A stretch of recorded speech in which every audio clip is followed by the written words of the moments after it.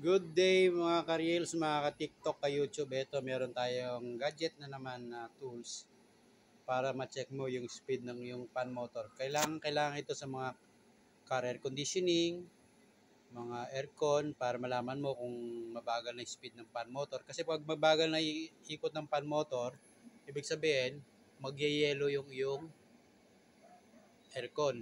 Kaya kailangan natin ng wind tester. Ayan. Tingnan natin itong ating exhaust fan na ginawa.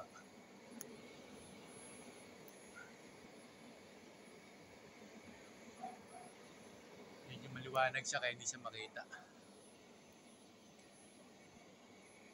Yan. Mache-check mo ngayon kung matulad nito, yung ginawa kong exhaust fan, yung radiator fan.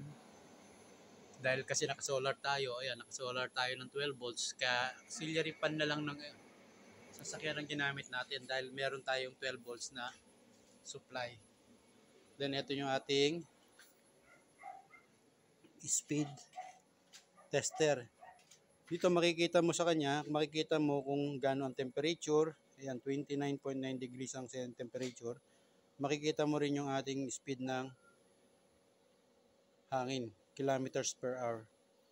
Tamang-tama ito para sa mga pagche-check ng speed ng aircon, blower, car aircon, yan, yung mga katulad niyan, electric fan, para mamonitor mo kung mag-yellow evaporator dahil mahina ang yung blower. Thank you and God bless. Sana may nakita kayong gadget na naman na magagamit nyo sa inyong pagtatrabaho. Thank you and God bless.